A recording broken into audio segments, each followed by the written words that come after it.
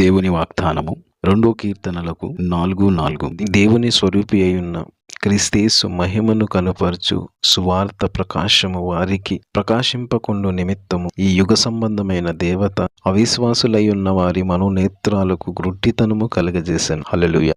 కాబట్టి ప్రియమైన దేవుని ప్రజలారా, ఈ యుగ సంబంధమైన దేవత అనగా సాతాను క్రీస్తేసు మహిమను కనపరిచే సువార్తను వినకుండా ఉండడానికి గ్రుడ్డితనంని కలుగజేస్తున్నది అన్నట్టుగా ఈ వాక్యము సెలవిస్తున్నది. కాబట్టి ప్రియమైన దేవుని ప్రజలారా, క్రీస్తేసు మహిమను కనపరిచే సువార్తను మీరు వినకుండా ఈ యుగ సంబంధమైన దేవత మీకు గ్రుడ్డితనము కలుగజేస్తున్నది అన్న మాటని వాళ్ళకి జాగ్రత్త పరుస్తున్నాడు. కాబట్టి మీరు గ్రహించుకోవాలి, ఈ కాలంలో కూడా అదే పరిస్థితి కొనసాగుతున్నది కనుక అవిశ్వాసివై ఉన్నవా, లేకపోతే విశ్వాసివై ఉండి క్రీస్తేసు మహిమను కనపరిచే వాక్యాన్ని వినడానికి ఇష్టపడుతున్నావా అన్న మాటను గ్రహించుకో.